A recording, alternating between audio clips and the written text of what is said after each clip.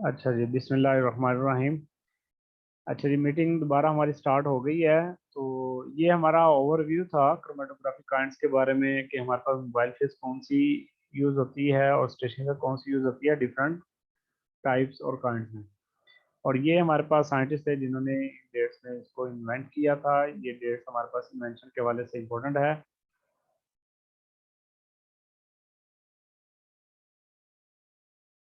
तो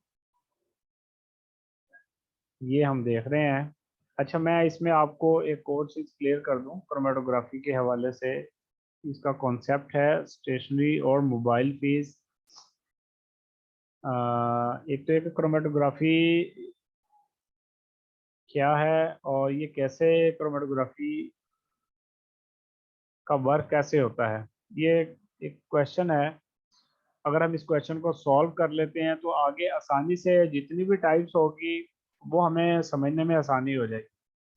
क्रोमेटोग्राफी एक ऐसी सेपरेशन टेक्निक्स है जिसमें हम कोई मिक्सचर लेते हैं, कम्प्लेक्स मिक्सचर लेते हैं। उसमें से उनमें जो कंपोनेंट्स होते हैं उनको हम लोग क्या करते हैं, अलाउ करते हैं कि वो डिस्ट्रीब्यूट हो जाए, अपने आप को डिस्ट्रीब्यूट कर दें इन अ स्टेशनरी फेज पे। इसको हम लोग नाम देते हैं क्रोमेटोग्राफी का। कि अगर आपके पास किसी मिक्सचर में मौजूद कंपोनेंट्स खुद को डिस्ट्रीब्यूट कर दें किसी स्टेशनरी फेज पर, उसको हम लोग उस टेक्निक को हम कहते हैं क्रोमेटोग्राफी। अब इसमें स्टेशनरी फेज जो होती है वो आपके पास फिक्स होती है। वो आपके पास डिफरेंट टाइप्स की हो सकती है, पोलर, नॉन पोलर, ठीक है, आयन एक्सचेंज रेजन या फिर मैट्रिक्स। इस तरह की आपके पास स्टेशनरी फेज हो सकती है, लिक्विड हो सकती है, सॉलिड हो सकती है। तो जो मोबाइल फेज है वो जो आपके पास मिक्सचर है उसको वो आगे लेके जाता है, ठीक है। यानी कि movement, flow of the mobile phase के जो फ्लो है उसके साथ मिक्सचर के जो कंपोनेंट्स हैं उनको वो सेपरेट आउट करता हुआ आगे जाता है। अच्छा, वो होता क्या है? प्रिंसिपल ये होता है कि मिक्सचर्स में वो कंपोनेंट्स जो स्टेशनरी फेज के साथ स्ट्रॉन्ग बॉन्ड या स्ट्रॉन्ग बॉन्डिंग बना रहे होते हैं, ये स्ट्रॉन्ग इंटरेक्शन कर रहे होते हैं, वो कंपोनेंट्स मोबाइल फेज के साथ स्लोली,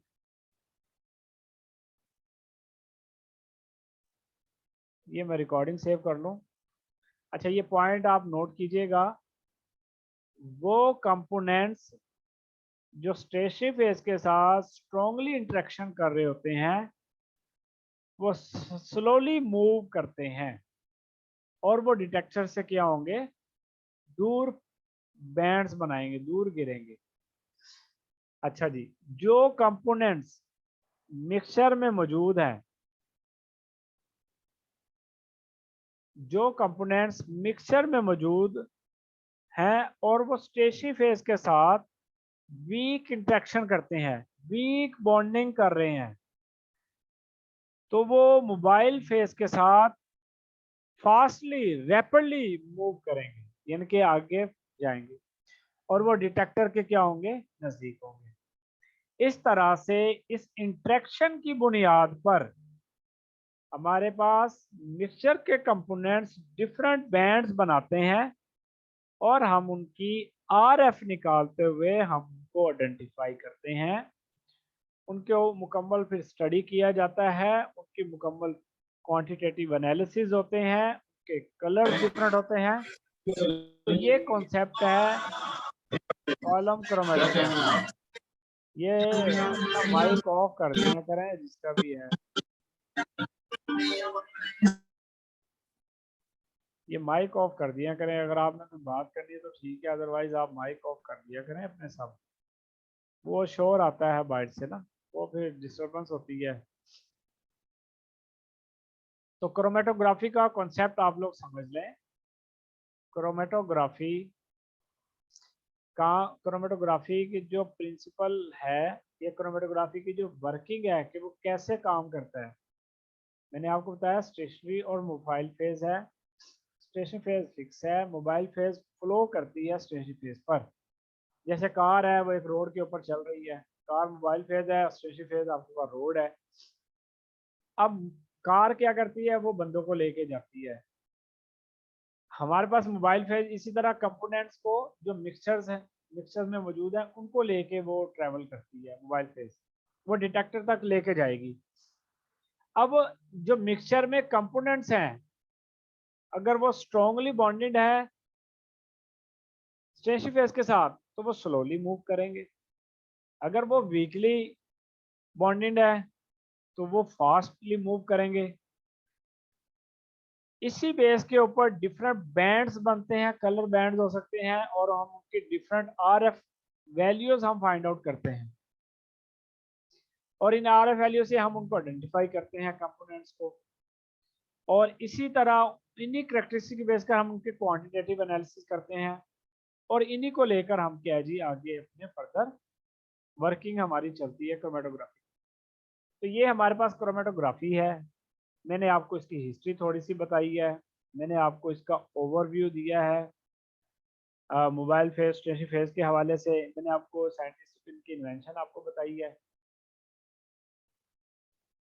तो मैंने आपको अब आगे लेके चलना है। फर्स्ट हमारी जो क्रोमेटोग्राफी है जो हम स्टार्ट करने वाले हैं पहली, वो है पेपर क्रोमेटोग्राफी। तो मेरे ख्याल में मैंने आपको मेन चीज़ें समझा दी है क्रोमेटोग्राफी की। अब आप बड़ी आसानी के साथ जो है वो इसको कर सकते हैं। तो आइएगा हम इसको देखते हैं पेपर क्रोमेटोग्राफी हमारे क्या होती है। पेपर क्रोमेटोग्राफी हमारे पास ये वो टेक्निक है जिसमें हम कोई पेपर शीट यूज़ कर रहे हैं या स्ट्रिप्स यूज़ कर रहे हैं। ये एज अ एड्जॉर्बेंट, यानी कि अगर आप इसको सॉलिड फॉर्म में लेते हैं तो ये हमारे पास एड्जॉर्बेंट का काम करेगी। स्टेशनरी फेज जो कि हमारे पास क्या होगा, सोल्यूशन उसमें से पास करेगा, इसको हम पेपर क्रोमेटोग्राफी नाम देते हैं। ये वो कहते हैं ये इनएक्सपेंसिव होता है, method of separating dissolve chemical substances है। ये मैंने वैसे ही लिखा हुआ है लेकिन आप इसको इग्नोर कीजिएगा। ये पेपर क्रोमेटोग्राफी का हमारे पास मेन डायग्राम है, इसमें आप देख सकते हैं, आपने ये परफॉर्म भी किया होगा कि हम कोई लीड लेते हैं, हम कोई बॉक्सा लेते हैं, उसमें हम सोल्यूशन कोई ऐड सॉल्वेंट ऐड करते हैं, और हम क्या करते हैं किसी पेज के ऊपर डिफरेंट इंक स्पॉट के साथ या कोई भी डिफरेंट कलर वाले हम कोई पॉइंट्स इस पे लगा देते हैं मार्कर के साथ या कोई और। तो क्या होगा, आपके पास कैपिलरी एक्शन होगा, वाटर मूव करेगा ऊपर की तरफ, और वो मोबाइल फेज जब वो मूव करेगी तो वो मिक्सर में जो कंपोनेंट्स हैं वो स्टेशनरी फेज के ऊपर उनको क्या कर देगी, सेपरेट आउट कर देगी। जब वो सेपरेट आउट होगी तो हम उनकी जो है ना वो डिस्टेंस है उससे हम उनको आर वैल्यू फाइंड आउट कर लेंगे, और इस तरह से हम उनको आइडेंटिफाई कर सकते हैं।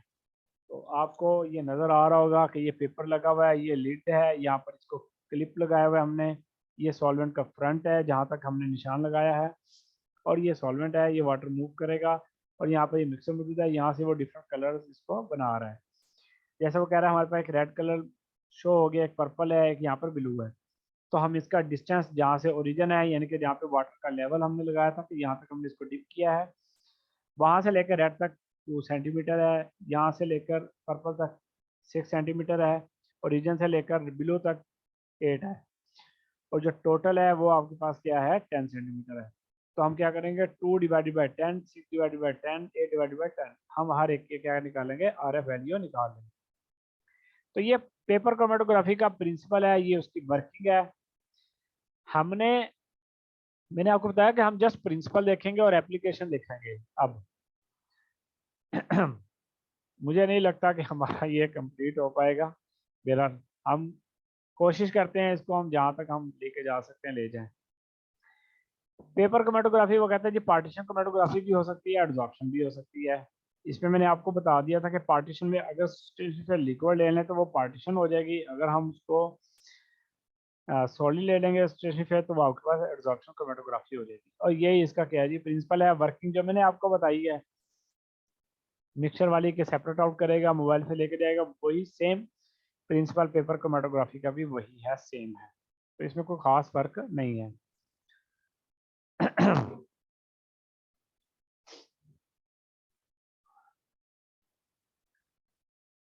आइए हम इसको देखते हैं। पेपर क्रोमेटोग्राफी की वो कहता है जी 5 टाइप्स हैं। असेंडिंग क्रोमेटोग्राफी यानी कि जो अपवर्ड मूवमेंट करेगी तो वो असेंडिंग है, जो डाउन मूवमेंट करेगी वो डिसेंडिंग है। असेंडिंग डिसेंडिंग यानी कि जो हाफ असेंडिंग मूव करे और कुछ डिसेंडिंग मूव करे उसको हम डिसेंडिंग असेंडिंग डिसेंडिंग क्रोमेटोग्राफी का नाम देते हैं।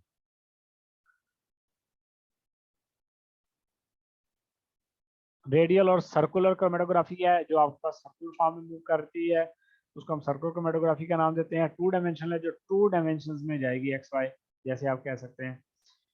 तो इसको हम, ये हमारे पास उसके टाइप्स हैं। एप्लीकेशंस इसकी हम देखते हैं। इसको हम लोग फर्मेंटेशन और राइपनिंग की प्रोसेस को स्टडी करने के लिए हम यूज करते हैं।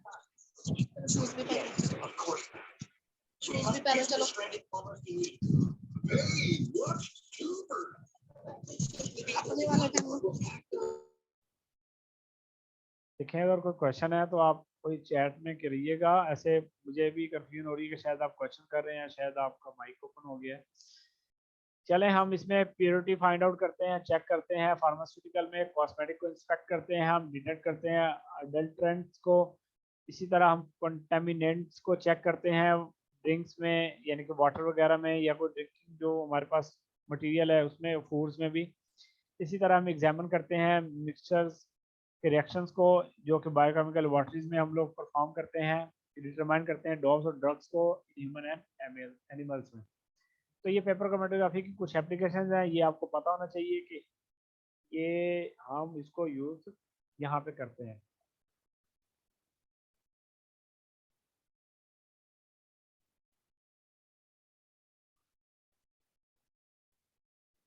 लिक्विड क्रोमेटोग्राफी है, ये एक हमारे पास सेपरेशन टेक्निक है इन विच द मोबाइल फेस वो लिक्विड है और जो सैंपल आयंस और मॉलिक्यूल्स होते हैं वो इसमें डिसॉल्व हो जाते हैं। इसी तरह वो कहता है ये लिक्विड क्रोमेटोग्राफी है, ये कॉलम में या प्लेन में, दोनों में हो सकती है। अगर कॉलम में होगी तो ये लिक्विड कॉलम क्रोमेटोग्राफी है, अगर ये प्लेन में हो रही है तो थिन लेयर क्रोमेटोग्राफी है। तो ये मैंने आपको पहले बता चुका हूँ, प्लेन और कॉलम का चक्कर क्या है वो आपको पता होना चाहिए, ठीक है। तो इनका प्रिंसिपल वही है जो मैं आपको बता चुका हूँ। लिक्विड क्रोमेटोग्राफी की टाइप्स है।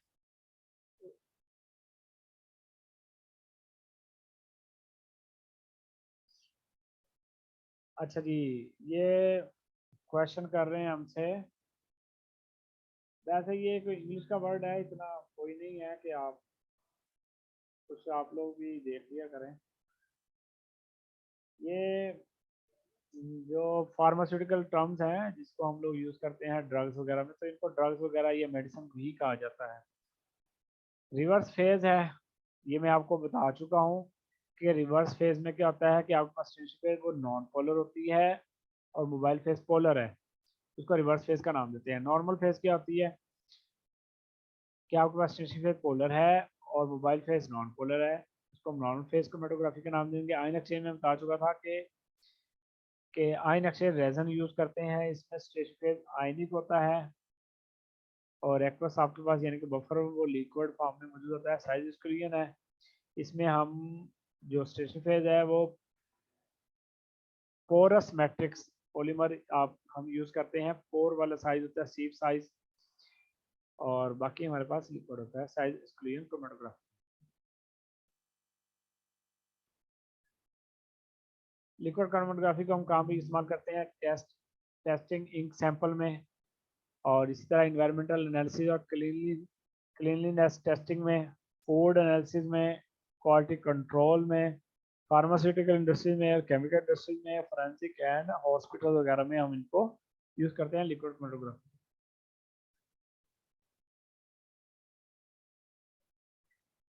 थिन लेयर क्रोमेटोग्राफी है। थिन लेयर क्रोमेटोग्राफी के बारे में मैं आपको बता चुका हूँ। प्लेन में हम इसको यूज करते हैं, थिन लेयर प्लेट्स होती हैं जिसकी वजह से हम इसको थिन लेयर लिक्विड क्रोमेटोग्राफी का नाम देते हैं। इसका जो बेसिक प्रिंसिपल है वो यही है कि distribution of the components based on relative अफिनिटीज, यानी कि इंटरेक्शन की बुनियाद पर स्टेशनरी और मोबाइल फेस की के साथ जो इनकी इंटरेक्शन होती है मिक्सचर की, आप ये समझ लीजिए जो मैंने आपको बेसिक प्रिंसिपल पहले बता दिया है वही सब का है, बस जो डिफरेंस आएगा वो मटेरियल्स में आ रहा है। प्रिंसिपल सबका एक जैसा है क्रोमेटोग्राफी में, जो मैंने आपको स्टार्ट में वर्किंग बताई है वही है सेम, बस उसको याद रखिएगा। मैंने जो आपको बता दिया वो सेम है। तो वो कहता है sample component with the higher affinity with the mobile phase will move faster, यानी कि अगर मोबाइल फेस के साथ उसकी ज़्यादा अट्रैक्शन है तो वो स्पीड के साथ जाएगा, अगर उसकी अफिनिटी स्टेशनरी फेस के साथ है वो स्लोली मूव करेगा। ये वही है, देख लें मैं जो मैं आपको बता रहा था, सेम प्रिंसिपल है। ये यहाँ पर आर एफ की वैल्यू दिखाई गई है कि ये आर एफ, ये जो ब्लू कलर में है 0.40 पे है, और ये वाली जो आर एफ है 0.65 पे है, और ये जो रेड कलर में है इसकी 0.8 है, और जो आपके पास बेस है जो टोटल है वो 1.0 पे है। तो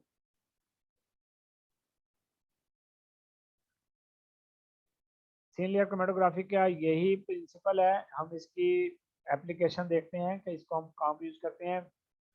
हम इसकी क्वालिटेटिव टेस्टिंग करते हैं मेडिसिन की, जैसे ये बहुत सारी सेडेटिव्स हैं, लोकल एनेस्थेटिक है, एंटी कन्वल्जेंट है, ट्रांस, ये मेडिसिन के नाम हैं, स्टेरॉइड्स हैं, हिप्नोटिक्स हैं। तो आप लोगों को नाम अगर नहीं याद, ये जरूर पता होना चाहिए कि मेडिसिन में इनको हम फार्मास्यूटिकल में याद यूज़ करते हैं। इसी तरह बायोकेमिकल जो मेटाबॉलिज्म होता है, जैसे ब्लड प्लाज्मा है, यूरिन है, बॉडी फ्लूइड्स है, सीरम है, तो उनको ये आइसोलेशन करने के लिए या सेपरेशन के लिए हम जो लेबॉर्ट्रीज मौजूद होती हैं टेस्टिंग वाली, जो फार्म ये मेरे ख्याल में मौजूद होती है, जो यूरिन वगैरह ब्लड की हम टेस्टिंग करते हैं वहाँ पर ये मौजूद होती है, वहाँ इसको हम यूज़ करते हैं। इसी तरह हम नेचुरल प्रोडक्ट्स को आइडेंटिफाई करते हैं, एसेंशियल ऑयल्स को, वेजिटेबल ऑयल या फिक्स ऑयल, तो ये ऑयल्स वगैरह या वैक्सीज या ग्लाइकोसाइड वगैरह में इनको आइडेंटिफाई करने के लिए हम यूज़ करते हैं। इसी तरह सेपरेटिंग करते हैं मल्टी कंपोनेंट फार्मास्यूटिकल फार्मूलेशंस को, और इसी तरह प्यूरिफिकेशन करते हैं सैंपल्स की, और डायरेक्ट कंपैरिजन करते हैं हम इसको सैंपल और ऑथेंटिक सैंपल के साथ हम इसको वेरीफाई भी करते हैं। इसी तरह हम सेपरेट और आइडेंटिफाई करते हैं कलर्स को, स्वीटनिंग एजेंट को, प्रिजर्वेटिव्स को, इनमें फूड्स वगैरह में। इस तरह कॉस्मेटिक इंडस्ट्री में हम इसको यूज़ करते हैं, रिएक्शन कंप्लीट हुआ है या नहीं हुआ उसको स्टडी करने के लिए भी हम सीलियर क्रोमेटोग्राफी को यूज़ करते हैं। HPLC high performance liquid chromatography, liquid chromatography की मॉडिफाइड फॉर्म है, प्रिंसिपल सेम होगा। इंस्ट्रूमेंटेशन का इसमें फ़र्क आता है कि आपके पास जो यहाँ पर हम लिक्विड इंजेक्शन यूज़ कर रहे हैं वो ट्यूब पैक्ड होता है, वो टाइनी पार्टिकल्स यानी कि उसका जो साइज होता है वो टाइनी पार्टिकल्स में चला जाता है, माइक्रोन्स में जाता है, यानी कि सैंपल जो है माइक्रोन में डायमीटर में चला जाएगा। स्टेशन फेज हमारे पास मौजूद होती है, जो कंपोनेंट्स ऑफ द सैंपल जो है ना मूव करते हैं उसके ऊपर पैक ट्यूब के साथ विद द लिक्विड, उसकी मोबाइल फेज होती है, ये वही हमारे पास बता रहा है। और इसका जो प्रेशर होता है वो हाई प्रेशर होता है, ठीक है। इसमें अब दो चीज़ें नोट कर लें, हाई परफॉर्मेंस लिक्विड क्रोमेटोग्राफी में साइज सैंपल का स्मॉल हो जाएगा और जो प्रेशर है वो हाई हो जाएगा पंप के साथ, ठीक है। बाकी तकरीबन वही होता है। द कॉलम पैकिंग जो होती है वो कहता है जी आपके पास थोड़ी सी डिफरेंट भी हो सकती है, सेपरेट हो सकती है, केमिकल फिजिकल इंट्रैक्शन दोनों में हो सकती है। तो चूंकि इसमें कॉल लिक्विड क्रोमेटोग्राफी है इसलिए इसको हम लिक्विड क्रोमेटोग्राम का नाम भी देते हैं इसके डिटेक्टर को। तो ये हाई परफॉर्मेंस लिक्विड क्रोमेटोग्राफी भी सेम उसी प्रिंसिपल पे काम करती है जिस पर बाकी क्रोमेटोग्राफी की टेक्निक्स काम करती हैं। फ़र्क सिर्फ और सिर्फ इंस्ट्रूमेंटेशन में आता है, रिक्वायरमेंट्स में आता है, और उसकी फॉर्मूलेशन में आता है कि हम उसको बना किस तरह रहे हैं, यूज़ क्या कर रहे हैं।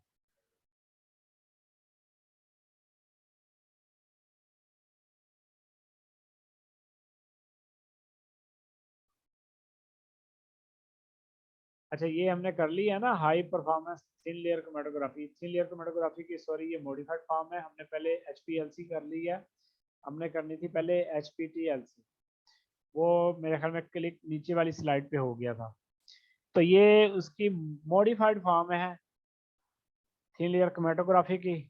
ये भी वही प्रिंसिपल पे काम करती है जिसमें बाकी क्रोमेटोग्राफी की टेक्निक्स काम करती हैं। इनमें हम जो इसकी इंस्ट्रूमेंटेशन है उसमें थोड़ा सा डिफरेंस आता है कि HPTLC हाई रेजोल्यूशन देती है कंपाउंड्स की लो लिमिट ऑफ डिटेक्शन के साथ, और बड़ी एक्यूरेटली इसको सेपरेट आउट करती है, क्वांटिफाई करती है, और इसी तरह सॉफ्टवेयर भी प्रोवाइड होता है इसके साथ। तो इसलिए हम इसको यूज़ करते हैं। इसमें जो टेक्निक्स में वो कहता है स्मॉलर प्लेट्स हम डेवलप करते हैं, और और ये जो टाइम होता है वो भी हमारे पास कम हो जाता है। डेवलप टाइम हो जाता है 7 to 20 minutes, short development time है। और HPTLC ज़्यादा रिलायबल, रिप्यूसेबल और यूजफुल है थिन लेयर क्रोमेटोग्राफी के अकॉर्डिंग। ये कंपैरिजन भी यहाँ हो गया, लेकिन हम इसको अलग भी डिस्कस करेंगे। तो दोनों में बता दिया ना मैंने आपको कि प्रोसीजर सेम है, सॉरी प्रोसीजर कह रहा हूँ, इनका प्रिंसिपल सेम है, वर्किंग सेम होती है, इंस्ट्रूमेंटेशन में थोड़ा सा चेंजिंग आती है, बाकी सब ठीक होता है।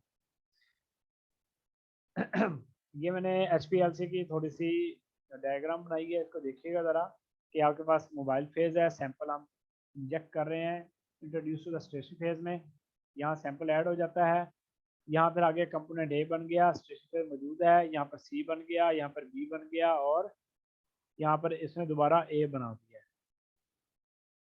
ठीक है, उसी कलर में। ये मोबाइल पे फ्लो करते हुए उनको लेके जाती है। वो कहता है स्टेप 2 में कहता है sample is separating to the individual components में चेंज हो जाता है, तो मोबाइल फेज गुजरती है तो वो जो जो कंपोनेंट्स होते हैं वो डिस्ट्रीब्यूट होते रहते हैं स्टेशनरी फेज पर। तो यहाँ डिटेक्टर पे हम इसको नोट कर लेते हैं, sample is separated to the individual components में हो चुका है, मोबाइल फेज निकल जाती है सेपरेट करने के बाद।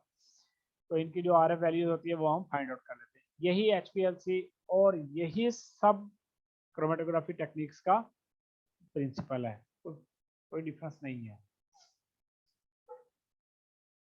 इसमें भी। हाई HPLC में भी सेम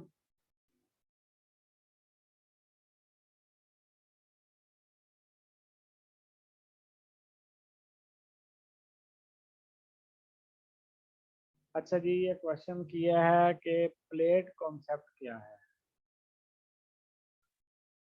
प्लेट हमने प्लेन पढ़ा था, मैं प्लेन कह रहा था कि प्लेन सरफेस में होता है तो उसको हम प्लेनर क्रोमेटोग्राफी का नाम देते हैं। हाई परफॉर्मेंस लिक्विड क्रोमेटोग्राफी की फर्दर 5 टाइप्स हैं। नॉर्मल फेज है, रिवर्स फेज है, साइज एक्सक्लूजन है, आयन एक्सचेंज है और बायोफिलिटी। 4 मैं आपको बता चुका हूँ कि ये वही है। पोलर नॉन पोलर क्या है, नॉर्मल रिवर्स में। साइज एक्सक्लूजन में मैंने आपको बताया कि पोरस मैट्रिक्स इसमें यूज होता है सीरीज वाला। और बायोअफिनिटी, बायोअफिनिटी क्या है, विटामिन है, एंटीबॉडीज है, एंटीजन्स है, इनकी यानी कि जो इनकी इंट्रैक्शंस होती है, इनके जो हम फार्मास्यूटिकल में अगर हम इनको यूज़ करें तो ये इस हवाले से बायोअफिनिटी मटेरियल यूज़ किया जाता है, तो इसलिए हम इसको बायोअफिनिटी HPLC का नाम भी देते हैं। आज हम इसकी कुछ एप्लीकेशन देते हैं। फूड और फ्लेवर वगैरह में HPLC को यूज़ किया जाता है इस काम के लिए, क्वालिटी को मेजर करने के लिए सॉफ्ट ड्रिंक्स में या वाटर में। इसी तरह शुगर एनालिसिस हम करते हैं, फूड जूस में कितनी शुगर पाई जाती है, जो जूस हम बना रहे हैं आर्टिफिशियल।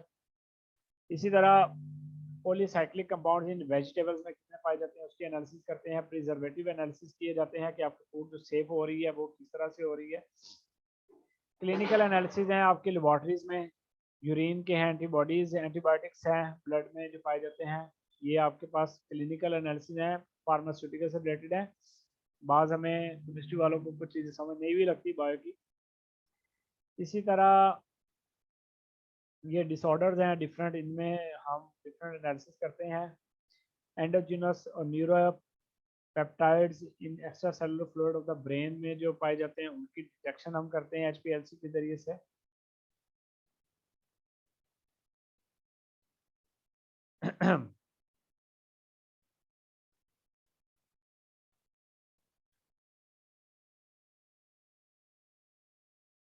और इसी तरह नेक्स्ट मौजूद है ultra performance liquid chromatography. Ultra performance liquid chromatography ये HPLC की और भी मॉडिफाइड फॉर्म है। इसमें हम लोग क्या करते हैं, वो स्टेशन फेज है, इसमें कंसिस्टिंग पार्टिकल्स होते हैं 2.5 माइक्रोमीटर। इट्स मीन इसमें हम जो साइज है वो और भी स्मॉल कर लेते हैं। और देखो HPLC में था 3 to 5 माइक्रोन, और ये हमारे पास आ गया 2.5 माइक्रोन में हम ले जाते हैं, यानी कि 2.5 से भी लेस देन हम ले जाते हैं। अंडरलाइंग प्रिंसिपल वो कहते हैं जी, एवोल्यूशन जो होता है आपके पास व्हेन डिमटर इक्वेशन है विच इज इंपिरिकल फार्मूला है, इसको हम फिर डिस्कस करेंगे प्रोसीजर में। अभी इसको आप नाम नोट कीजिएगा कि हमने इसको डिस्कस करना है,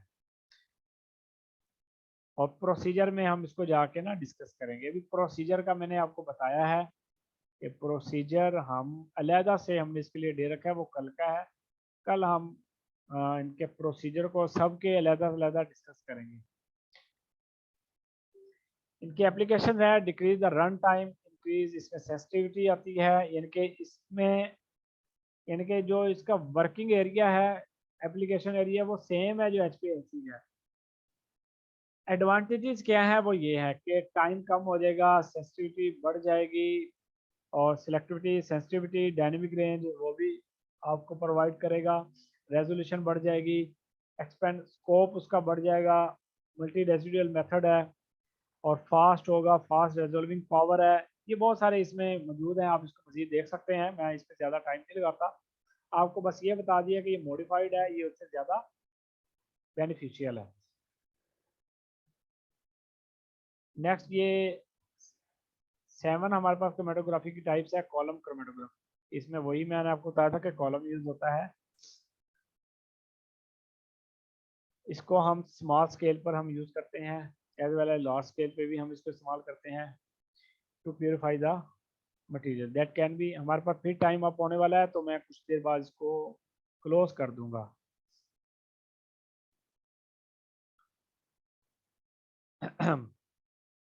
तो वो कहता है जी, ये टाइप है हमारे पास एड्जॉर्प्शन क्रोमेटोग्राफी की। इस कॉलम में हम सॉलिड यूज करते हैं, तो ये एड्जॉर्प्शन कॉलम क्रोमेटोग्राफी होगी।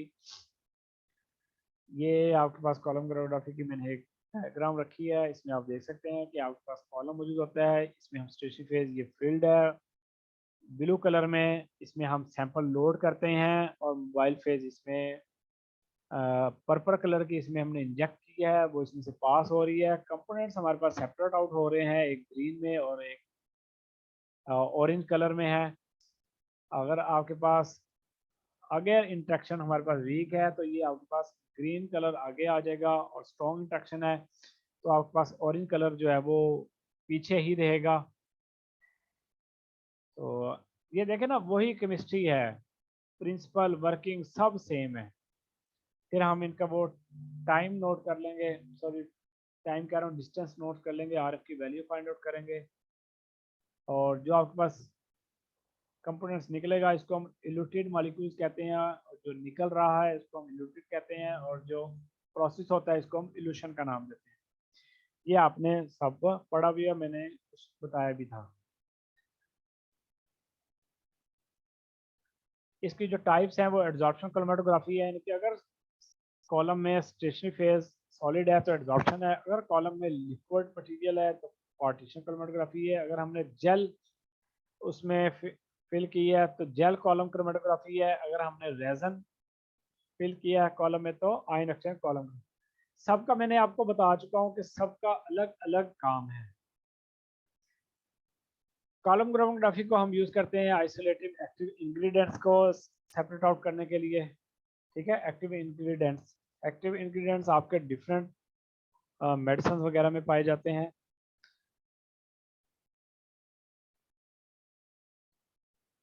ये अब कौन ज्वाइन हो रहा है बाद में? अच्छा चले हम इसको देखते हैं मजीद। इसी तरह हम इम्प्योरिटीज को रिमूव करने के लिए यूज करते हैं, ड्रग एस्टिमेशन को फाइंड आउट करने के लिए हम यूज करते हैं मेटाबोलाइट्स जो कि बायोलॉजिकल फ्लूइड्स में पाए जाते हैं, प्लाज्मा, एंटीबॉडीज वगैरह। इनको फाइंड आउट करने के लिए, ये सेपरेट आउट करने के लिए हम यूज करते हैं कॉलम क्रोमेटोग्राफी। यानी कि आपको इनका एप्लीकेशन एरिया पता होना चाहिए कि कहाँ पर यूज हो रहे हैं। गैस क्रोमेटोग्राफी, ये आपने पढ़ा होगा, सबसे पहले हमें पढ़ाया ये जाता है पेपर और गैस क्रोमेटोग्राफी। गैस क्रोमेटोग्राफी में मोबाइल फेस गैस होगी, दैट्स वाई इसका नाम गैस क्रोमेटोग्राफी है। स्टेशनरी फेज में हम लिक्विड भी ले सकते हैं और सॉलिड भी। अगर सॉलिड लें तो गैस सॉलिड क्रोमेटोग्राफी है, अगर गैस लिक्विड लिक्विड लेंगे स्टेशनरी फेज तो गैस लिक्विड क्रोमेटोग्राफी है। और आमतौर पर गैस लिक्विड क्रोमेटोग्राफी ही यूज होती है और गैस क्रोमेटोग्राफी ही उसे कहा जाता है। प्रिंसिपल वही है, मोबाइल फेज वो इसमें मैंने कुछ चीज़ें डाल दी हैं कि आपको हीलियम यूज़ करते हैं, स्टेज में हाई वॉल्यूम लिक्विड हम इस्तेमाल करते हैं। प्रिंसिपल इसका भी वही है जो कि पहले मौजूद था। इकरा के पास स्लाइड्स मूव नहीं हो रही। हाँ जी, बाकी के पास मूव हो रही है। इकरा नेट प्रॉब्लम हो सकता है, नेट इशू, वरना मैं इसको आगे चला रहा हूँ और वो चल रही है।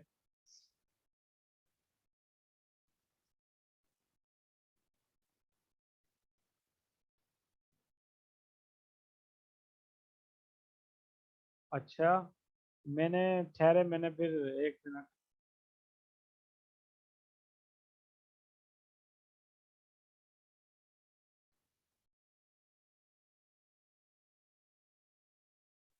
अच्छा चले, मैं देखता हूँ क्यों नहीं मूव कर रही। मैंने शायद वो स्क्रीन बड़ी की थी, इस वजह से ना हो रहा हो। मैं देख लेता हूँ।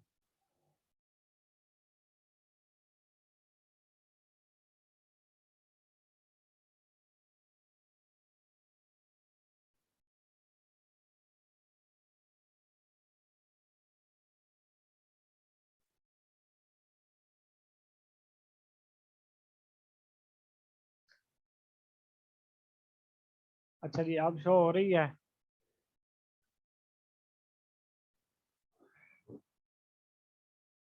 हाँ जी, अब देखिएगा इकरा, अब शो हो रही है आपको।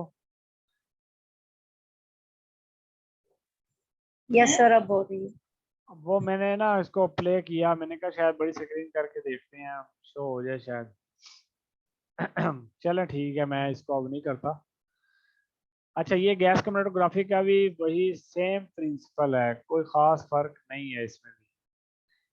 फिर भी मैंने यहाँ पर ये लिखा है, अगर कोई इसको पढ़ना चाहे तो पढ़ सकता है। मेरी समझ और के मुताबिक प्रिंसिपल सबका सेम होता है, बस मटेरियल में फ़र्क आता है। तो टाइम अप होने वाला है, तो हम गैस क्रोमेटोग्राफी को इसको जल्दी जल्दी ख़त्म करते हैं, आगे जाते हैं। गैस क्रोमेटोग्राफी की जो एप्लीकेशंस हैं वो हम इसको यूज़ करते हैं डिफरेंट केमिकल इंडस्ट्रीज़ में, टॉक्सिक सब्सटेंसेस को मेजर करने के लिए सॉइल, एयर या वाटर में पाए जाते हैं। अल्कोहल में भी हम यूज़ करते हैं।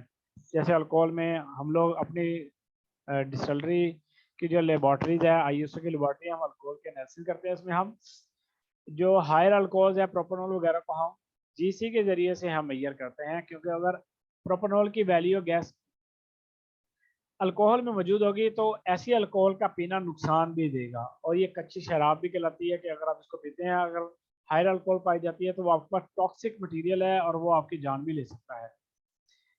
इसलिए कहा जाता है कि alcohol is injurious to health.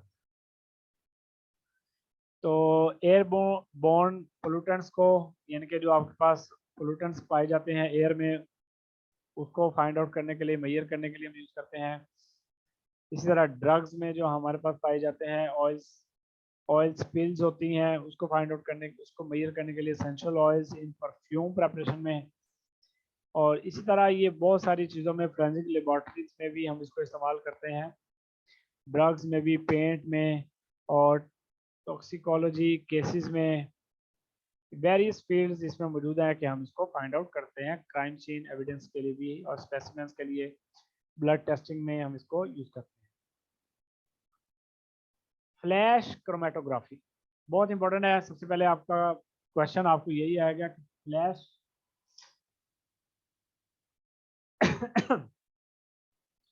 आपका क्वेश्चन होगा कि सर हम इसको फ्लैश क्रोमेटोग्राफी का नाम याद रखिएगा, ये कॉलम क्रोमेटोग्राफी ही है। फ्लैश क्रोमेटोग्राफी जो है, इसको फ्लैश इसलिए कहा जाता है कि ये बहुत फास्ट आनन फानन आपको रिजल्ट देता है, इसलिए हम इसको फ्लैश क्रोमेटोग्राफी का नाम देते हैं। इसका एक और नाम भी दिया जाता है फ्लैश प्यूरिफिकेशन, क्योंकि ये मिक्सचर को प्योरीफाई करता है। इसको हम प्यूरिफिकेशन मेथड भी कहते हैं। और इसी तरह हम इसको मीडियम प्रेशर क्रोमेटोग्राफी का नाम भी देते हैं, क्योंकि इसमें हम एयर को यूज़ करते हैं, हवा को, जो कि कम होता है। इसका जो फंक्शन है वो स्लो होता है, यानी कि sorry alternative slow and open inefficient gravitational gravity fed chromatography होती है, यानी कि ग्रेविटेशन क्रोमेटोग्राफी भी इसको कहा जाता है। नेक्स्ट ये फ्लैश क्रोमेटोग्राफी का ये कौन है डॉटेड वाला बंदा, हमें क्या मालूम, चलो जी आ जाए। डॉटेड वाला बंदा पता नहीं कौन है।